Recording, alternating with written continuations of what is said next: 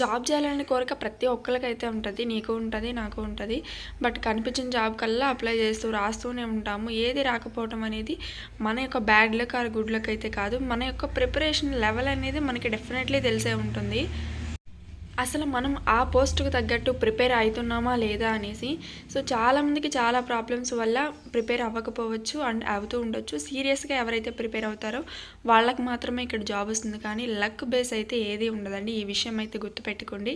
So, hello guys, welcome back to our channel. ఈరోజు వీడియోలో ఏంటి అంటే మనకి ఎప్పటినుంచో ఎదురు చూస్తున్న ఆర్‌పీఎఫ్ కానిస్టేబుల్ అప్లికేషన్ స్టేటస్ కూడా వచ్చేసింది. ఇక మనం ప్రిపరేషన్ మీద కాన్సంట్రేషన్ అనేది హెవీగా పెట్టాల్సిన అవసరం అయితే ఉంటుంది. ఆల్రెడీ మనకి నోటిఫికేషన్ వచ్చేసరికి దగ్గరగా 1 ఇయర్ అయితే పూర్తి అవ్వబోతుంది అనమాట. రేపు ఏప్రిల్ నెల వచ్చిందంటే ఇక మన నోటిఫికేషన్ వచ్చేసరికి మనకి 1 ఇయర్ అయితే కంప్లీట్ అయిపోయి ఉంటుంది. సో ఈ 1 ఇయర్ నుంచి కూడా మనం దేని గురించి ఆలోచిస్తామంటే ఇక అప్లికేషన్ ఫస్ట్ నోటిఫికేషన్ రాగానే అప్లై చేసేసాం. ఆ తర్వాత ఇంకా ఎగ్జామ్ ఎప్పుడు. సో ఇది ఈ యొక్క విషయమైనా మనం కాన్సన్ట్రేషన్ చేస్తాం. కానీ అసలు నీ యొక్క ప్రిపరేషన్ నువ్వు స్టార్ట్ చేసావా లేదా, అసలు నీ ప్రిపరేషన్ ఎప్పుడు ఏంటి, నీ ప్రిపరేషన్ లెవెల్ ఎలా ఉంది. సో జాబ్కి అప్లై చేయగానే సరిపోదు కదా, ప్రిపరేషన్ కూడా చేయాలి. ఇక్కడ లక్ బేస్ అంటూ ఏమి ఉండదు. కాబట్టి ఎవడైతే సీరియస్గా ప్రిపేర్ అయ్యి మరియు చదువుతాడో కాన్సన్ట్రేషన్గా వాడికే జాబ్ అయితే వస్తుందన్నమాట. సరేలే, ఇక అప్లికేషన్ స్టేటస్ కూడా వచ్చేసింది. ఇక ఎగ్జామ్ ఒక 10 డేస్ ఉందనగా చదువుతామనే మహానుభావులు కూడా ఉంటారు. సో అప్లికేషన్ స్టేటస్ వచ్చాక చదువుదాం అనుకునే వాళ్ళు కూడా ఉంటారు. ఇక లేట్ చేయకుండా ఈ యొక్క 1 మంత్నైనా సరే ఎఫెక్టివ్గా యూటిలైజ్ అయితే చేసుకోండి. డెఫినెట్లీ సక్సెస్ అయ్యే ఛాన్స్ అయితే ఉంటుంది.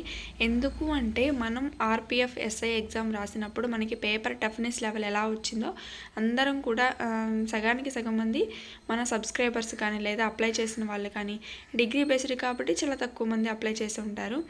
సో మనకి ఆల్రెడీ అర్థమైపోయే ఉంటుందన్నమాట టఫ్నెస్ లెవెల్ ఎలా ఉంది అనేసి.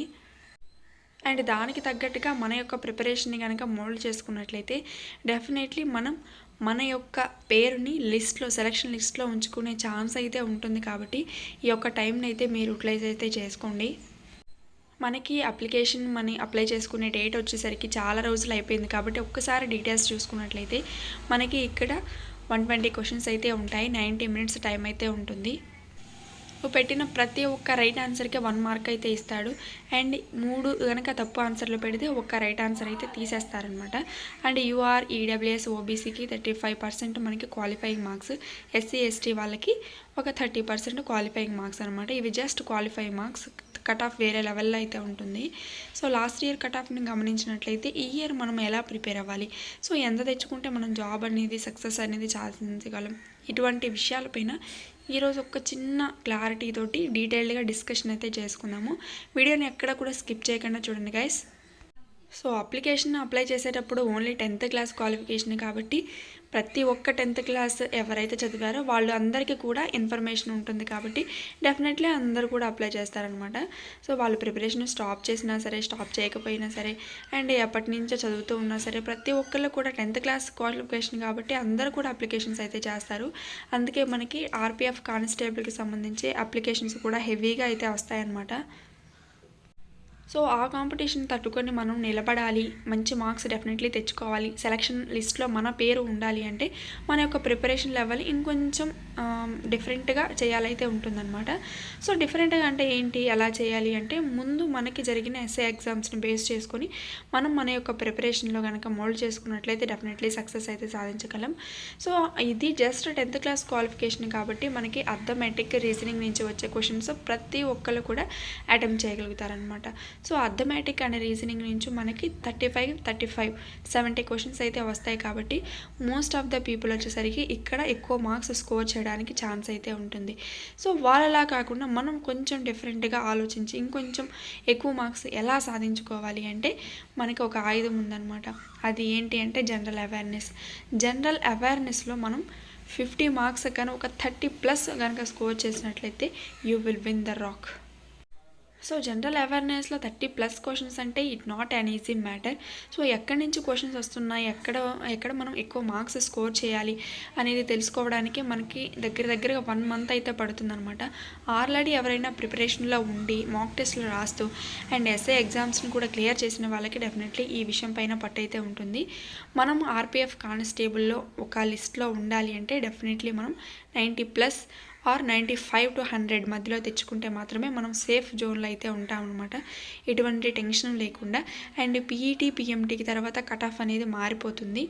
సో ఇప్పుడు మనం సిబిటీ రాసిన తర్వాత ఉన్న కట్ ఆఫ్ కాకుండా పీఈటీ పిఎంటీకి కట్ ఆఫ్ ఏదైతే ఉంటుందో దానికి మధ్య ఒక 10 మార్క్స్ వేరీ అయితే ఉంటుంది. కాబట్టి డెఫినెట్లీ మనం ఒక మంచి స్కోర్ కనుక స్కోర్ కనుక తెచ్చుకున్నట్లయితే ఆ తర్వాత నార్మలైజేషన్లో మార్క్స్ పెరిగి ఇక మనం సేఫ్ జోన్లో ఉంటామన్నమాట. సో కట్ ఆఫ్ ఎంత హైగా వెళ్ళినా సరే మనం సేఫ్ జోన్లో ఉంటాం కాబట్టి డెఫినెట్లీ మనం మన యొక్క పేరు సెలక్షన్ లిస్ట్లో చూసుకోవచ్చు. ఈ యొక్క జనరల్ అవేర్నెస్లో 30+ మార్క్స్ స్కోర్ చేయాలి అంటే ఏ టాపిక్స్ మీద ఎక్కువ కవర్ చేయాలి, ఏ టాపిక్స్ మీద ఎక్కువ మనం దృష్టి సాధించాలి అంటే ఫస్ట్ వచ్చేసరికి కరెంట్ అఫైర్స్ అనమాట. కరెంట్ అఫైర్స్ నుంచి మనకి 10 to 15 క్వశ్చన్స్ అయితే మనకి లాస్ట్గా జరిగిన ఆర్పిఎఫ్ ఎస్ఐ ఎగ్జామ్స్ నుంచి మనం గమనించామన్నమాట. సో ఈ యొక్క కరెంట్ అఫైర్స్లో కూడా చాలామంది అయితే స్కిప్ చేసేద్దాం అనుకుంటారు. ఎందుకంటే బల్క్ సిలబస్ అయితే ఉంటుంది కాబట్టి ఎక్కడి నుంచి అడుగుతారో తెలియదు కాబట్టి.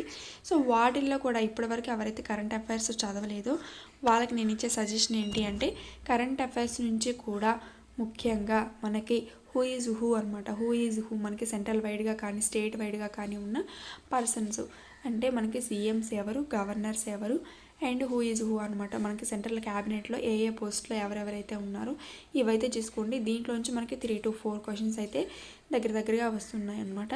అండ్ నెక్స్ట్ వచ్చేసరికి మనకి మన ఇండియా అనేది ఇతర దేశాలతో చేసిన ఎక్సర్సైజెస్ అయితే ఉంటాయి కదా, నేవీ ఎక్సర్సైజెస్ అని, ఆర్మీ ఎక్సర్సైజెస్, ఈ విధంగా ఏ దేశాలతో చేసింది అండ్ ఇండియా యొక్క ర్యాంక్స్, ఇండెక్సెస్, రీసెంట్గా వచ్చిన బుక్స్ అండ్ ఆథర్స్ గురించి అయితే ఇవి కరెంట్ అఫైర్స్లో భాగంగా మీరు క్లియర్ చేయడానికి అయితే చూడండి. అండ్ మోస్ట్ ఆఫ్ ద మనకి క్వశ్చన్స్ ఎక్కడి నుంచి వస్తున్నాయంటే సెంట్రల్ గవర్నమెంట్ స్కీమ్స్ అనమాట. ఈ యొక్క సెంట్రల్ గవర్నమెంట్ స్కీమ్స్ అనేవి మోడీ ప్రభుత్వం చేసిన స్కీమ్స్ గత 10 yearsగా ఉన్న టాప్లో ఉన్న మంచి కరెంట్ అఫైర్స్లో భాగంగా ఉన్న మనకి సెంట్రల్ గవర్నమెంట్ స్కీమ్స్ని అయితే తీసుకోండి. దాంట్లో గురించి కూడా మనకి 3 to 4 క్వశ్చన్స్ అయితే వస్తున్నాయి. So most of the questions current affairs నుంచి ఈ టాపిక్స్ మీద కవర్ అవుతున్నాయి కాబట్టి CMs, governors, who is who and ranks, indexes, books and authors and మనకి ఎక్సర్సైజెస్ అనమాట ఆర్మీ, నేవీకి సంబంధించి. సో ఈ విధంగా ఈ టాపిక్స్ని అయితే ఫస్ట్ కవర్ చేయడానికి అయితే ట్రై చేయండి. కరెంట్ అఫైర్స్ తర్వాత మనకి ఎక్కువగా వెయిటేజ్ ఉన్న టాపిక్స్ అయితే జనరల్ సైన్స్ అనమాట. జనరల్ సైన్స్ నుంచి మనకి 12 to 15 క్వశ్చన్స్ అయితే వస్తాయి. ఇన్ కేస్ కొంచెం క్వశ్చన్ పేపర్ అప్ అండ్ డౌన్గా అయితే అవ్వచ్చు అనమాట. ఒక్కొక్కసారి 7 to 8 క్వశ్చన్స్ మాత్రమే వస్తుంటాయి. ఈ 7 to 8 క్వశ్చన్స్ కూడా మనకి కెమిస్ట్రీ నుంచి వచ్చేసరికి అయితే మనకి ఎలిమెంట్స్ ఉంటాయి కదా, పీరియాడిక్ టేబుల్లో ఎలిమెంట్స్. సో పీరియాడిక్ టేబుల్ గురించి కంప్లీట్ అవగాహన అయితే తెచ్చుకోండి. సో మొత్తం ఎలిమెంట్స్ అనేవి మీరు చదవలేకపోయినా సరే ఒక 30+ or 40+ ఎలిమెంట్స్ని, వాటి యొక్క అటామిక్ నెంబర్స్ని గుర్తుపెట్టుకోవడానికి అయితే ట్రై చేయండి. అండ్ వాటిల్లో నాన్ మెటల్స్ ఏంటి, మెటల్స్ ఏంటి, ఇంకా మనకి 0 గ్రూప్ ఎలిమెంట్స్ ఏంటి, ఈ విధంగా కొన్ని ఇంపార్టెంట్ పాయింట్స్ ఉంటారనమాట. S block elements, D block, F block, S block. So ఈ విధంగా ఏ బ్లాక్లో ఏ ఎలిమెంట్ అయితే ఉంటుందో ఒకసారి ట్రిక్స్ ద్వారా గుర్తుపెట్టుకోవడానికి అయితే ట్రై చేయండి. ఆ తర్వాత ఫిజికల్ సైన్స్ నుంచి మనకైతే యూనిట్స్ అండ్ మెజర్మెంట్స్ నుంచి అయితే వస్తాయన్నమాట. సో ఏ వస్తువుని కొలవడానికి లేకపోతే ఏ పరిమాణాన్ని కొలవడానికి ఏ వస్తువుని ఉపయోగిస్తారు, ఈ విధంగా కొన్ని క్వశ్చన్స్ అయితే ఫిజిక్స్ నుంచి వస్తాయి. అండ్ యూనిట్స్ నుంచి అనమాట, వాల్యూమ్ యొక్క యూనిట్ ఏమిటి, స్పీడు, యాక్సలరేషన్, డెన్సిటీ, ఈ విధంగా కొన్ని ఇంపార్టెంట్ టాపిక్స్ అయితే ఉంటాయన్నమాట ఫిజిక్స్ నుంచి. అవైతే కవర్ చేయండి. ఇంకా చిన్న ప్రాబ్లమ్స్ అనమాట, మనకి మాక్ టెస్టులు రాస్తున్నప్పుడు చిన్న ప్రాబ్లమ్స్, ఫార్ములాస్ బేస్ చేసుకొని ప్రాబ్లమ్స్ అయితే వస్తుంటాయి. వాటిని అయితే కవర్ చేయడానికి అయితే ట్రై చేయండి. అండ్ నెక్స్ట్ వచ్చేసరికి హిస్టరీ నుంచి అనమాట. హిస్టరీ నుంచి కూడా మ్యాక్సిమం క్వశ్చన్స్ అయితే మనకి medieval Indian history and modern Indian history నుంచి కవర్ చేయడానికి అయితే ట్రై చేయండి. వాటి నుంచి మనకి మోస్ట్ ఆఫ్ ది క్వశ్చన్స్ వస్తున్నాయి. ఇంకా articles and fundamental rights, duties. So ఈ విధంగా కొన్ని ఇంపార్టెంట్ టాపిక్స్ అయితే మనకి ప్రెసిడెంట్కి సంబంధించినవి కూడా చూసుకోండి. వాటి నుంచి ఎక్కువ క్వశ్చన్స్ అయితే అడుగుతున్నాడు. ఇంకా జియోగ్రఫీ నుంచి మన ఇండియా యొక్క సరిహద్దు దేశాల యొక్క వాటి క్యాపిటల్స్ కానీ, నేషనల్ యానిమల్స్, బర్డ్స్, ఈ విధంగా కొన్ని ఇంపార్టెంట్స్ పాయింట్స్ అయితే చదువుకోండి. ఇండియా వైడ్గా సంబంధించిన జియోగ్రఫికల్ని కవర్ చేయడానికి అయితే ట్రై చేయండి. ఇంకా వరల్డ్ బుక్స్ అండ్ ఆథర్స్ మీద కూడా క్వశ్చన్స్ అయితే అడుగుతూ ఉన్నారు. And first of all general awareness సంబంధించి ఈ టాపిక్స్ అయితే క్లియర్ చేయండి. ఆ తర్వాత వచ్చేసరికి మనం తీసుకోవాల్సిన టాపిక్ అయితే జనరల్ ఇంటెలిజెన్స్ అండ్ రీజనింగ్ అనమాట. So general intelligence and reasoning అనేవి 10th క్లాస్ లెవెలే కాబట్టి చాలా చాలా ఈజీగా అయితే ఉంటుంది పేపరు. సో మీరు కొంచెం దృష్టి పెట్టి క్వశ్చన్ని బాగా పరీక్షించినట్లయితే వితిన్ సెకండ్స్లో అయితే క్వశ్చన్ అయితే సాల్వ్ చేయొచ్చు. కాబట్టి మనకి ఎటలేదనుకున్నా సరే జనరల్ అవేర్నెస్లో 35 క్వశ్చన్స్ వస్తాయి కాబట్టి ఒక 30+ స్కోర్ చేసినా సరే సరిపోతుందన్నమాట. ఆ తర్వాత వచ్చేసరికి మనకి అర్థమెటిక్ అనమాట. ఈ యొక్క అర్థమెటిక్ అనేది నాన్ మ్యాథ్స్ బ్యాక్గ్రౌండ్ వాళ్ళకు కొంచెం ఇబ్బందిగా ఫీల్ అవుతారనమాట. బట్ 10th క్లాస్ లెవెలే కాబట్టి కొంచెం ఈజీగా అయితే ఉంటుంది. ఇప్పటిదాకా మీ దగ్గర ఏ బుక్స్ అయితే ఉన్నాయో, ఇప్పటిదాకా మీరు ఏ మోడల్స్ అయితే సాల్వ్ చేశారో వాటిలో కొంచెం మోడిఫికేషన్స్ చేసుకుంటూ డైలీ అయితే ప్రిపేర్ అవ్వటం వల్ల దీని నుంచి కూడా మీరు క్లియర్ అయితే చేయొచ్చు అనమాట.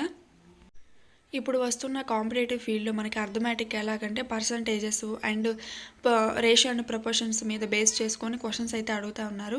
సో మన యొక్క ప్రిపరేషన్ కూడా ఆ విధంగానే మార్చుకోవాలన్నమాట. సో ఎప్పుడు నెంబర్స్తోనే కాకుండా ఇలా పర్సంటేజు లేకపోతే రేషియోస్ బేస్ చేసుకొని క్వశ్చన్స్ అనేవి సాల్వ్ చేయడానికి అయితే ట్రై చేయండి. సో అర్థమెటిక్ నుంచి మనకి 35 క్వశ్చన్స్ అయితే వస్తాయి కాబట్టి మనం ఒక 25 to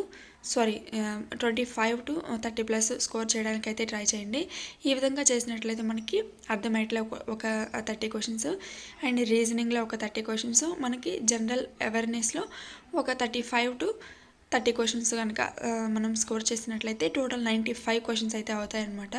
వితౌట్ నెగిటివ్ మార్కింగ్ లేకుండా అయితే ట్రై చేయండి. డెఫినెట్గా మీకు ఆన్సర్ తెలుసు అంటేనే ఆ క్వశ్చన్ని రాయడానికి అయితే ట్రై చేయడం వల్ల మనకి నెగిటివ్ మార్క్స్ పోకుండా ఉంటాయి. దానివల్ల ఏంటంటే మన యొక్క రా స్కోర్ అనేది తగ్గకుండా ఉంటుంది. అండ్ నార్మలైజేషన్లో మనకి 10 to 15 మార్క్స్ వరకు కూడా యాడ్ అయ్యే ఛాన్స్ ఉంటుంది. కాబట్టి డెఫినెట్లీ మీరు మీకు తెలిసిన క్వశ్చన్స్ మాత్రమే అటెంప్ట్ చేసి రావడానికైతే ట్రై చేయండి. అండ్ డైలీ మాక్ టెస్ట్లు అయితే రాయండి. సో రాసిన మాక్ టెస్ట్ని ఒకసారి అనాలిసిస్ అయితే చేసుకోండి. దీనివల్ల మీరు కొంచెం నాలెడ్జ్ అయితే గెయిన్ చేసుకుంటారు. అండ్ ఎక్కడ మిస్టేక్స్ చేస్తున్నారు, ఎక్కడ మీకు టైం ఎక్కువ కన్జ్యూమ్ అవుతుంది, సో ఆ యొక్క సెక్షన్ని మీరు ఎక్కువగా ప్రాక్టీస్ చేయడానికి అయితే వీలవుతుంది. కాబట్టి ఒకసారి మీరు మాక్ టెస్ట్ని అయితే అనాలిసిస్ చేయండి. ప్రతి ఒక్క క్వశ్చన్ని మళ్ళీ రీకాల్ చేసుకోండి, చదవండి. లేకపోతే ఇంపార్టెంట్ బుక్స్ మీ దగ్గర ఎక్కువ క్వశ్చన్స్ అనేవి గుర్తుండట్లేదు అనుకుంటే వాటిని మీ హ్యాండ్ నోట్తో రాసుకోవడం వల్ల ఎక్కువ గుర్తు అయితే ఉంటాయన్నమాట.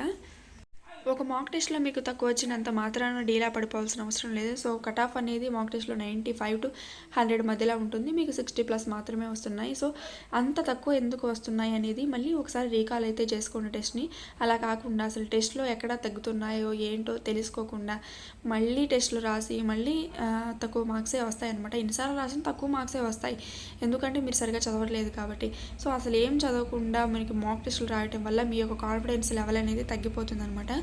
సో చదివినట్టు మీరు టెస్ట్లు అయితే రాసి చూడండి. డెఫినెట్లీ మీరు సక్సెస్ అయితే అవుతారు మాక్ టెస్ట్లో. అదేవిధంగా అదే ఫార్ములాని తీసుకొచ్చి మన ఆర్పిఎఫ్ కానిస్టేబుల్ ఎగ్జామ్లో కనుక CBT 1లో కనుక ఉపయోగించినట్లయితే ఆ యొక్క స్ట్రాటజీ అనేది, మీ మాక్ టెస్ట్ యొక్క స్ట్రాటజీ అనేది ఎలా రాశారు ఏంటి అనేది మీరు ఆ యొక్క స్ట్రాటజీని మనకి CBT 1లో అప్లై చేసినట్లయితే డెఫినెట్గా కానిస్టేబుల్ ఎగ్జామ్ కూడా మీరు క్లియర్ అయితే చేస్తారు. ఇంకా ఆ తర్వాత ఏముంది, PET PMT కొంచెం కష్టపడితే అయిపోతుంది. సో అప్పటి ఎగ్జామ్ క్లియర్ అయ్యాక చూద్దాంలే అనుకోకుండా ఇప్పటి నుంచే ప్రిపేర్ అయితే ఉండండి. సో ఎందుకు అంటే కానిస్టేబుల్ లెవెల్ అనేది కొంచెం PET PMT కొంచెం హార్డ్గా అయితే ఉంటుందన్నమాట. SIకి సంబంధించి కాకుండా కానిస్టేబుల్ లెవెలే కొంచెం ఎక్కువగా ఉంటుంది. PET PMT రన్నింగ్ కానీ, హై జంప్ లాంగ్ జంప్ కానీ. సో అమ్మాయిలు కూడా ఇప్పటి నుంచే ప్రాక్టీస్ అయితే చేయండి. సో ఇప్పుడు మనం CBT కోసం రాత్రి పగలు కష్టపడి చదివినా సరే, CBT క్లియర్ చేసినా సరే PET PMTలో పోతే పెద్ద ఉపయోగం ఏమి ఉండదు కదా. సో వెనక్కి రావాల్సి అయితే ఉంటుంది. కాబట్టి మీ యొక్క హెల్త్ని జాగ్రత్తగా చూసుకుంటూ రోజుకి ఒక 4 నుంచి 5 గంటల ప్రిపరేషన్ మీద కేటాయిస్తూ ఒక 2-3 అవర్స్ మన యొక్క ఫిజికల్ కోసం ప్రాక్టీస్ చేస్తూ ఉన్నట్లయితే you will win the rock అనమాట. సో ఇదండి విషయం. అందరికీ కూడా ఆల్ ది బెస్ట్. డెఫినెట్లీ ఉన్న సమయాన్ని, మీకు కొంచెం సమయమే ఉంటే రోజుకి 1 అవరే దొరుకుతుంది, ఆ 1 అవర్ సమయాన్ని యూటిలైజ్ చేసుకోండి. 2 అవర్స్ దొరుకుతుంటే 2 మాత్రమే యూటిలైజ్ చేసుకోండి. ఎఫెక్టివ్గా చదవడానికైతే ట్రై చేయండి. ఎటువంటి డీవియేషన్ లేకుండా సెల్ పక్కన పెట్టేసి చదివిన 2 గంటలు కూడా చక్కగా అయితే చదువుకోండి. మైండ్కి అయితే ఎక్కించండి. గుర్తులేని పాయింట్స్ని నోట్బుక్లో మీ హ్యాండ్ నోట్తో అయితే రాసుకోండి. సో ఈ టిప్స్ ఫాలో అవుతూ మీరు చదవండి, సక్సెస్ అయితే అవుతారనమాట. అందరికీ కూడా ఆల్ ది బెస్ట్. మళ్ళీ వీడియోలో మళ్ళీ కలుద్దాం. Thank you so much.